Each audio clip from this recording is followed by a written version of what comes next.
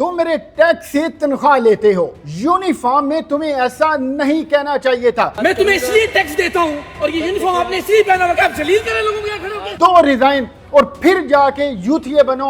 और अगर इतना ही ज्यादा अजीज है यूनिट, यहाँ से इस्तीफा देके खड़े हो ना, फिर सही यूथिये बनो ना यार, फिर पूरे फॉलोअर बनो ना इमरान खान के। जिस भी लीडर को सपोर्ट करना है उसको सपोर्ट करो। उसी आर्मी चीफ की रियासत में काम कर रहे, हिम्मत करो, रिजाइन करो, फिर खड़े होकर बाहर खड़े होकर कमेंट करो कि जवाद अहमद कितना हाल होगा इसका। ये अल्फाज हैं इकरारुल हसन के, जो कि पहले टीवी एंकर थे, अब वो बाकायदा तौर पर एक बड़ी सियासी जमात के रहनुमा बना चुके हैं। इस वक्त पूरे का पूरा सोशल मीडिया इकरारुल हसन और FIA एहलकार की वीडियोस और तस्वीर से भरा पड़ा है। होता कुछ यूँ है कि इकरारुल हसन साहब फ़्लाइट से वापस अपने मुल्क जैसे ही पहुँचते हैं तो उनकी एयरपोर्ट के ऊपर इस FIA एहलकार के साथ पहले बहस व मुबाहिसा शुरू होता है, फिर ये बाकायदा तलख कलामी और उसके बाद ऊंची ऊंची आवाज़ में बोलना, इस FIA एहलकार को डांटना इकरारुल हसन की तरफ से और साथ साथ वीडियोस बनाना, ये तमाम वो मनाज़र हैं जो कि इस वक्त सोशल मीडिया के ऊपर आपको हर तरफ दिखाई दे रहे होंगे। अब इकरारुल हसन साहब की तरफ से मुबैना तौर पर ये इल्ज़ाम लगाया गया है कि जब वो यहाँ एयरपोर्ट के ऊपर पहुँचे और वो इमिग्रेशन डेस्क के ऊपर गए तो इस एहलकार ने सरगोशाना अंदाज में या फिर धीमी आवाज़ में ये जुमला कसा कि इसका हाल भी सेम जवाद अहमद जो कि सिंगर भी हैं और वो पॉलिटिकल पार्टी भी बना रहे हैं उन जैसा होगा।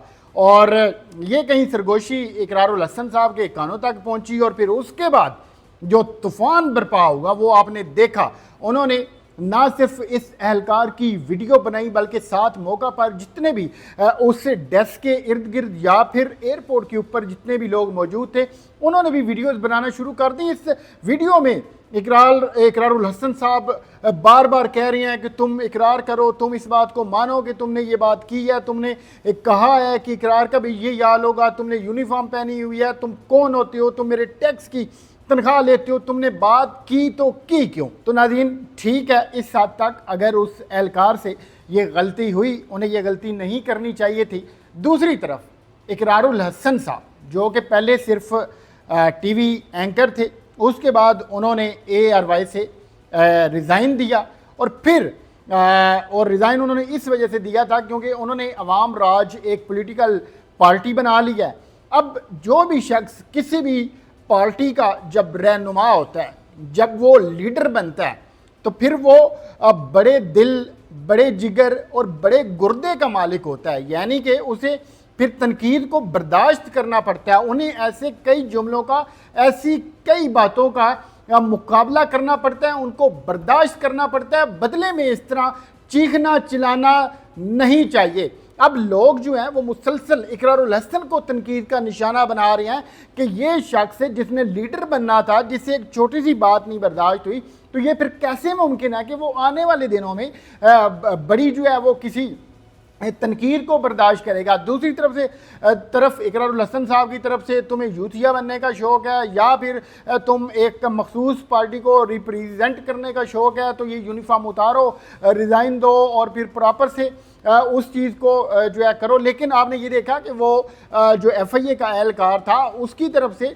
जितनी भी वीडियोस क्लिप पाए हैं उनमें हमने नहीं देखा कि उसने किसी किस्म की बदतमीज़ी की हो। तो ये वीडियो बनाने का मकसद ये है कि इकरार साहब अब आप एक पॉलिटिकल पार्टी के जो है वो रहनुमा बन चुके हैं। भले ही आपने ये कहा है कि आप कोई भी बड़ा ओहदा उसमें एक्सेप्ट नहीं करेंगे या इस तरह, लेकिन अगर आप लीडर बनने जा रहे हैं या फिर आप के पीछे जो फॉलोअर्स हैं वो होंगे तो फिर आपने खुद पहले ये साबित करना है कि आप बड़े दिल के मालिक हैं, आप तनकीद बर्दाश्त कर सकते हैं, आप इस तरह की बातों को बर्दाश्त कर सकते हैं।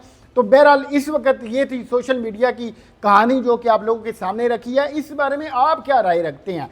क्या इकरारुल हसन ने ठीक किया? क्या इकरारुल हसन को ऐसा नहीं करना चाहिए था? आपने अपनी राय का इजहार कमेंट बॉक्स में करना है। तो मिलते हैं अगली वीडियो में। अल्लाह।